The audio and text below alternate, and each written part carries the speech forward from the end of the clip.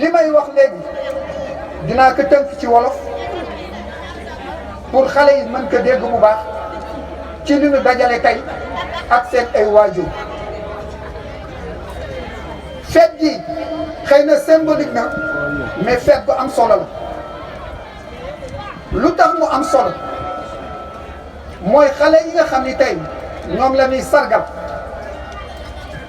ci seen sargal boobu ñu lay sargal nañu élèves yi nekk yóbbu ci école yi looloo tax ma ni dafa symbolique mais képp kuy xale bu jigéen nekk ci école yi fête gi sa fête la sargal bu ñu sargal seen moroom yi yow yaa nga ci. ñuy lancer un message aux parents di leen fàttali jàng xale bu jigéen dafa am solo ndax olof dañ ni góor baax na mais jigéen baax na te ëllëg kenn xamul kenn mooy jiite te fii ñu toll tey actuellement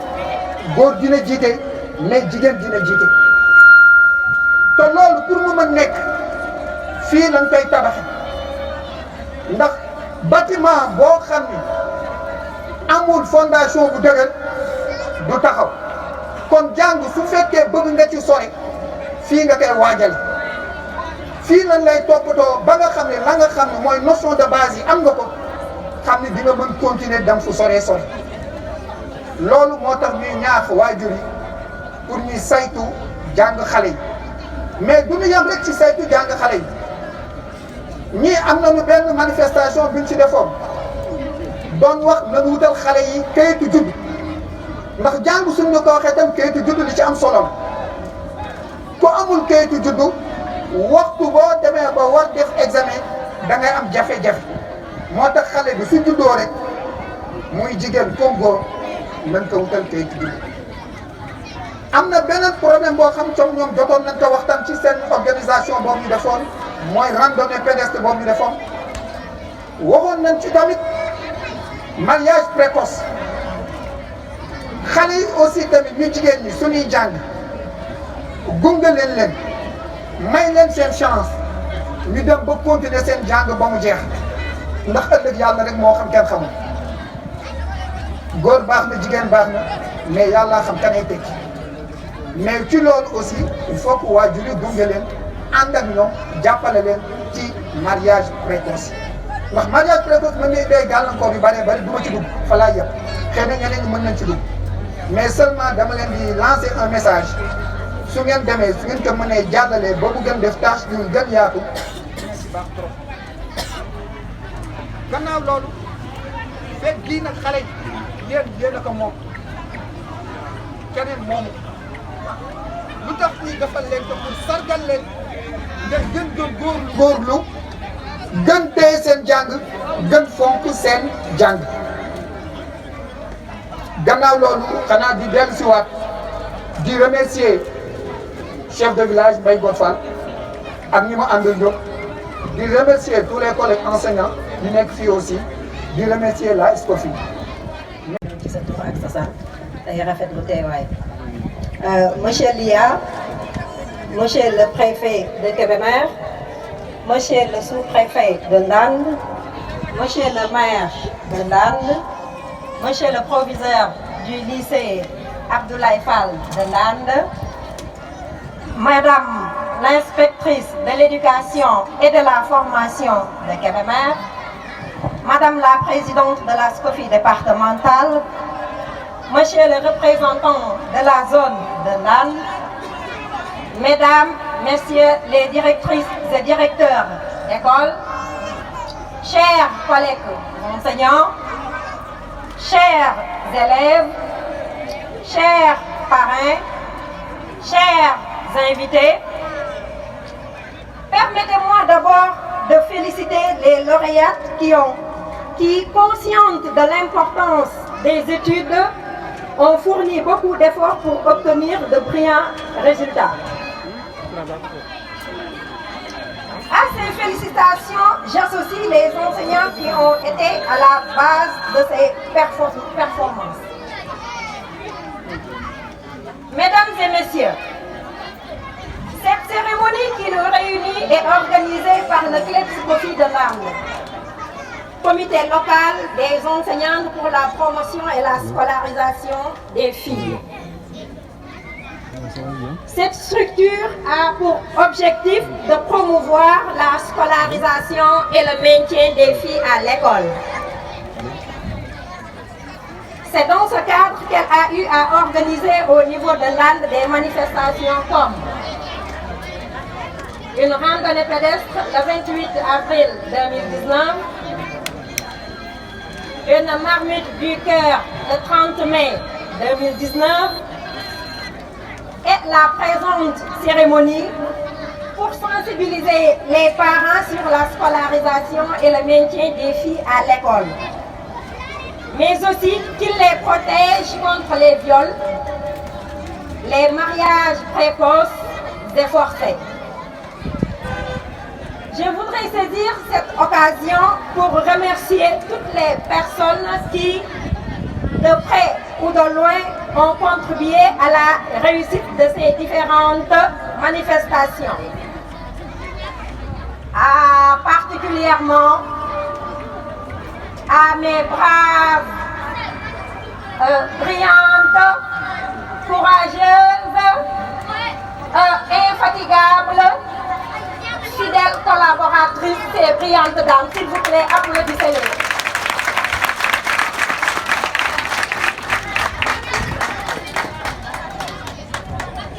Pour terminer, je m'adresse aux filles pour leur dire que la SCOFI est là pour vous les filles. La SCOFI est là. Tapez à sa porte en cas de besoin. Donc la SCOFI, yéen jigéen ñi ñun yéen lañu fi nekkal. fëgg leen sunuy buntu saa bu ngeen ko soobee daanu leen déglu dalal leen wan leen yoon ba nga xamante ni si daa ngeen si gis njëriñ. Bonne fête à tous. Vive l'IEF de Kébémer. Vive la zone de Ndande. Vive la SCOFI de Ndande. Je vous remercie. Merci beaucoup, Madame Yamita.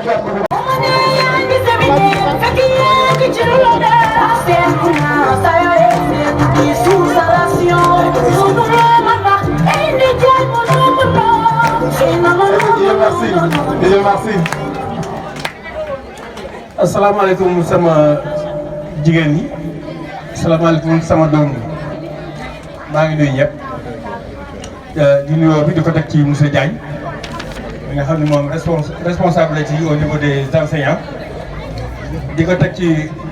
sama impagne madame Mbaye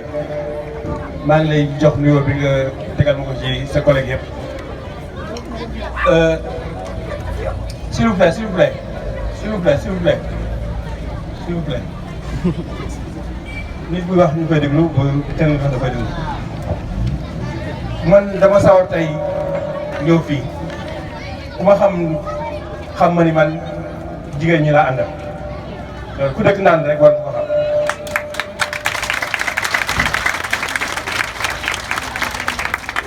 nette boobu ma am ci jigéen ñi moom laa am Ndakaaru li may liggéey foofu moi je suis à la retraite mais quand même maa ngi fortaatu bi may fortaatu ñi ma ko seqal ay jigéen lañu mooy AMO yi nga xam ni ñu ngi bokk ci direction de l'éducation surveillée bokk ci ministère de la justice ñoom ñooy toppatoo xale yi ñoom ñoo yore centre de sauvegarde yi centre de sauvegarde de Cambérène maa yore fourniture yi centre de sauvegarde de Guédiawaye yor naa une partie ci fourniture yi direction comment dire encore centre polyvalent bi nga xam ne mi ngi nekk ci Dalal Xel am na benn centre bu nekk foofu boo xam ne ay jigéen fa nekk ay xale yu jigéen man maa yore seen denrée alimentaire. am na centre bu nekk Liberté 6 mu ngi tudd centre de premier accueil xale yu ndaw yi nga xam ne ñoo am ay problème foofu la nekk ñooñu tam maa leen yore kon defe naa ni war naa xam ci lii dara ba pare def ma bett nekkoon sax ci direction de l'éducation surveillée dinaa indi benn monitrice mu defal leen benn exposé ci diggante xale jigéen ak yaayam man nag may waxal sama jigéen li gën a nekk d'abord ci garab nit loolu moom suñu yëpp ñu góor ñi ku ci bëgg a raw sa morom da ngeen ko seetlu bu baax lu mel wax am ngeen ay sëriñ am ngeen ay jëkkër ku ci gën a toppatoo sa yaay d'abord nga toppatoo waat sa yaay encore nga toppatoo waat encore sa yaay soo ko toppatoo papa da ngay raw say morom ku toppatoo say jabar sa jabar koo toppatoo da ngay raw say morom foofu la ñuy rawante jigéen mooy foofu la ñuy rawante jigéen waaw léegi nag yéen mère de famille yéen lay waxal suñu association bi nga xam ni moom ñoo def lii tey defuñu ko lool toppatoo jigéen jigéen nag booy toppatoo ay xale xamul dara ci yaay yi nga jaar yéen yaay seen jigéen di ngeen xale dañ koy surveiller xale yi du rek da nga koy jox muy sol mu rafet da nga koy sol muy jox ko saak muy jàngi nga jox ko kay mi da nga koy surveiller di ko xool am na âge boo xam ne tolloo da nga koy toppatoo bi moo xool am na âge puberté boo fa àggee am na noo xam ne war nga koo toppatoo sa doom doo ko bàyyi rek muy sañse nga ko yóbbu muy lët non di leen yóbbu xale yu ndaw yi aussi di leen yóbbu ñuy ñàkku xale yu ndaw yi di leen yóbbu ñàkk xale yu ndaw yi may waxal la ñoom ñuy def attention trop xale xamul dara di leen wax ak ñoom bul bàyyi xale fu ko neex mu dugg surtout avec li xaw léegi xale yi bàyyi la ñuy dugg ci xale yu góor yeeg surtout ay mag sax mag ñoo ci gën a bon surtout yooyu xale lu ñu ko def mag yi def ñoom nga leen di waxtaan ak ñoom di leen toppatoo bu leen ko defee ngeen bëgg yëpp leen koy def man dama sawar trop di ñaan nag man li mu bëgg rek mooy ñaan mooy ñun yàlla moo moom lépp di ñaan yàlla sàmmal ñu ñun mën nañoo sàmm mais yàlla moo mën a sàmm aussi yàlla nañu yàlla jàppale ci li ñu sàmm maa ngi leen di ñaanal bu baax a baax di ñaanal suñu jigéen ñi nga xam ne nag ñoo def lii man dama ci kontaan trop kontaan naa ci trop bi ma ko woowee yàlla xam ne mosuma ko gis mais man ci loolu lay dund man boo ma bëggee ci man dara rek na nekk affaire jigéen parce que boo investir ci jigéen yow dem nga sa yoon da ngay raw gaa yëpp kooku moom mooy li ma wax maa ngi leen ñaanal yàlla barkeel leen bu baax a baax yàlla barkeel seen sëy ba pare sëy aussi nga topp bu baax sëy épargne la épargne maanaam sooy sëy comme ni ngeen def dem marché jaay ba pare jël sa xaalis dem te banque ba denc ko wala nga jël sa condamné denc ko sëy loolu la amul benn bu ci neex loo ci góorgóorlu loo ci def rek bu ëllëgee da nga koy boo demee ba sonn da nga koy gis maanaam da ngay jëmbat daal te day sax yàlla na yàlla jàppale yàlla sàmm leen yàlla may leen gudd fan may profité nag di ñaanal sama jarbaat Moussa Mbaye xëy na sax moom moo affaire mais man dama lay fierté nga pour moi ak monsieur Ndiaye aussi parce que dëkk bi bu avancé aussi di ngeen ma baral trop mais yéen bugguma yàlla na yàlla mos a cat man li ma bëgg ci rek dëkk da nga koy dëkkoo boo nekkee dëkk da ngay reyat ci dëkk bi doo toog ci kër yi rek lu xew rek nga yow nga toog ci kër gi rek am na ñoo xam ne loolu la ñu naan yëguma ko nanga may rek xoolal lii normalement daal kenn war woon des bu jigéen wootee góor ñi ñoo fay ëpp ñoo fa war a ëpp seet naa ko ci ndànk bu jigéen ñi wootee doo fa gis kenn seen dëkk doo gis pourquoi mais yéen xale da ngeen mënul sëy yéen bu ñu xewlee ñun góor ñi yéen a koy meublé boo ñëwul affaire bi am benn sens pourquoi yéen bu ngeen xewlee di leen jàpp loxo jëkkër ñi na leen dem non du lii rek taxul gàmmu yeeg conférence yeeg yëpp boo xam ne jigéen ñaa koy def doo fa gis benn góor mais léegi jigéen la jigéen bu ñu xewlee ñun mu xew li bu nga ñëwul xew ba zéro Pape maa ngi lay ñaanal baax monsieur Ndiaye maa ngi lay ñaanal baax yàlla na leen yàlla sàmm yàlla sàmm seen njaboot li ngeen nekk foofu la maa ngi seen ginnaaw jërëjëf. waaw jërëjëf merci donc monsieur le chef de village de Ndande, monsieur le représentant du maire de la commune de Ndande, monsieur les directeurs et directrices de la commune de Ndande, madame les enseignantes, les braves Amazones. Permettez-moi de faire mon argumentation en Wolof parce que je veux mieux m'exprimer, mieux me faire comprendre par ces récipiendaires si présentes. Donc, chers collègues,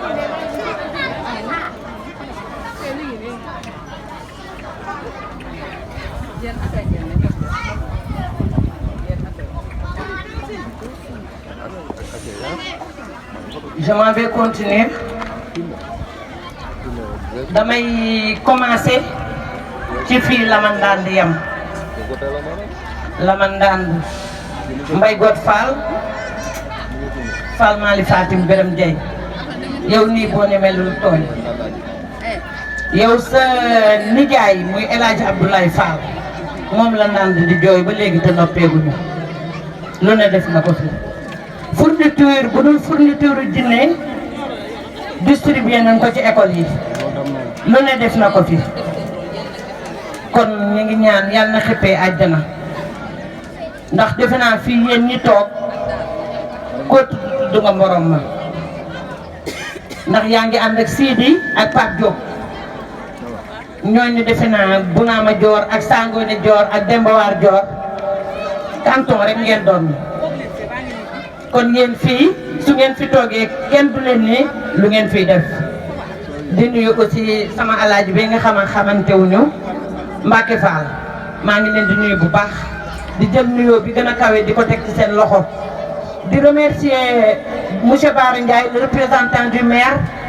di ko xamal ne moom mu nuyul ñu bu baax aussi maire ndax lu ñuy def loxoom a ngi ci dinañu envoyer ay lot en début d'année dina suivre suñuy activité bërki démb la case des tout-petits bi dañu am des problèmes de salle après ñu def des extensions mais matériel ba doon jënd complément ba moo ko def kon jërëjëf monsieur le maire suñu paree ci loolu nag ma jàkkaarloo ak sama xale yii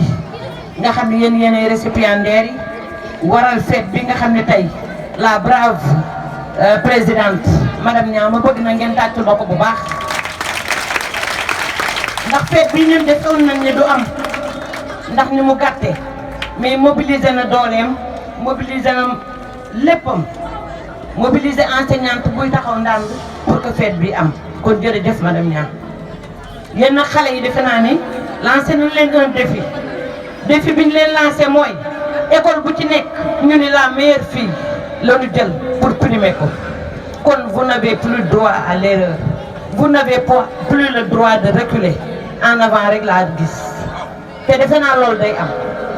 ndax fi mu nekk booy xool commune de Ndande madame Niang couche yëpp la laal école yëpp la laal soo xoolee loo yi école bu nekk benn loo moo fa war a dem kon yéen da ngeen war a góorgóorlu seeni parents yi toog nañ leen ñaaxaat ndax ko fii la scolarisation des filles day prôner pour le maintien des filles à l'école pour xale yi toog ci école yi pour xale yi jàng pour xale yi tekki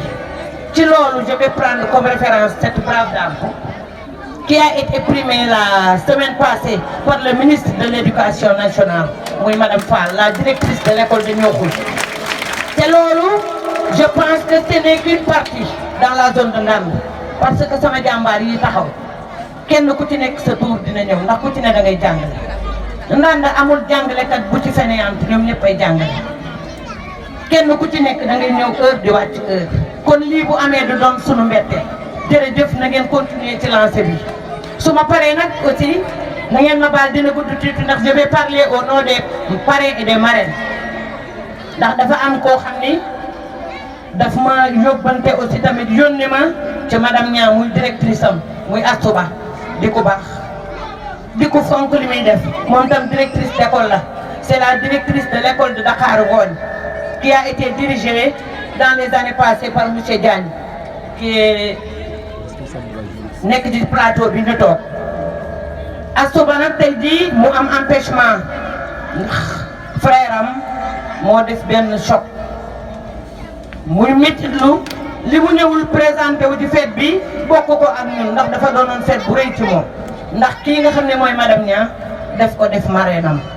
mu doon lu rëy ci moom mu di la remercier nag di la sant di la gërëm di ñaan aussi sa présidence gi yàlla na yàgg nee na depuis 10 ans yéen a ngi nekk dans la même école mosu leen xuloo mosu leen xeex yéen a ngi nekk di jàppandoo di bàyyendoo nee na kon jërëjëf. am na tamit aussi beneen marraine je sais que elle ne va pas tarder à venir muy Ramatoulaye Fall